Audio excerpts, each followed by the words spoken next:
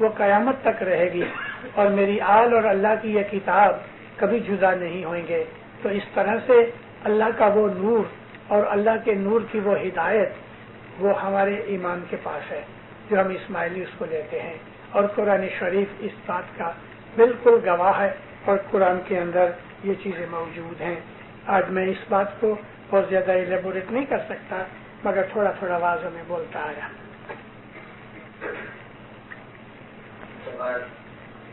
ખુદાવંદ તારાએ હઝરત આદમ અલૈહિસ્સલામનો પુત્ર બનાવી તેમાં પોતાનો રૂહ મૂક્યો અને ફેરેશ્તાઓને તે આદમના પુત્રને સિજદો કરવા ફરમાવ્યો. તો તે હઝરત આદમ અલૈહિસ્સલામ અને હઝરત ઇમામ વચ્ચેનો તફાવત સમજાવશો? بہت انٹرسٹنگ کوشچن ہے مگر یہ کوشچن سمجھانے کے لیے مجھے 1 گھنٹہ چاہیے مگر میں آپ کو بہت کیپسول بنا کے دیتا ہوں. وہ آدم کہ جو سب سے پہلے انسان تھا جس کو ہم ابو البشر کہتے ہیں وہ خدا نے اس طرح پتلا نہیں بنایا کہ جس طرح ایک اسکلپٹر یا ایک کمبھار پتلا بناتا ہے. آج ہم گئے تھے ادھر کیوبک سٹی میں تو وہاں برف کے بنے ہوئے پتلے کھڑے ہیں. تو اس طرح سے اللہ نے مٹی کے اندر پانی گوندھ کے ایسا پتلا بنا کے پھر کہا پھو تو وہ تو بھاگنے دوڑنے لگ گیا. دینداروں ایسا اللہ نے نہیں کیا, ایسا نہیں کیا. ایوولوشن سے آدمی بنا مگر وہ آدم کہ جو سب سے پہلا آدمی تھا وہ نبی نہیں تھا. نبی آدم اور ہیں. قرآن شریف کی ان حقیقتوں کو سمجھنے کے لیے جس کو میں آج بھی ایسا نہیں کہتا کہ میں پرفیکٹلی سمجھ گیا ہوں مگر آج بھی میں اسٹڈی کر رہا ہوں مگر میں جس کنڈیشن کے اوپر آیا تو وہ یہ ہے وہ آدم جو سب سے پہلے کسی چمپینزی مادہ کے پیٹ سے ایوالو ہو کے نکلا وہ حضرت آدم نبی نہیں تھے. نبی آدم بعد میں ہوئے. اب دیکھنا یہ ہے کہ کیا خدا نے اسی کو نبی بنایا کہ کسی اور کو بنایا. تو آج اس بات کے مسئلے کے اوپر میں زیادہ نہیں کہہ سکتا لیکن ایک بات ضرور ہے کہ آدم علیہ السلام کو خدا تعالیٰ نے نبوت اور امامت دونوں بخشی. خدا نے فرشتے اکٹھے کیے اور کہا میرا ارادہ ہے کہ میں زمین میں اپنا ایک وائسرائے بناؤں. وائسرائے وہ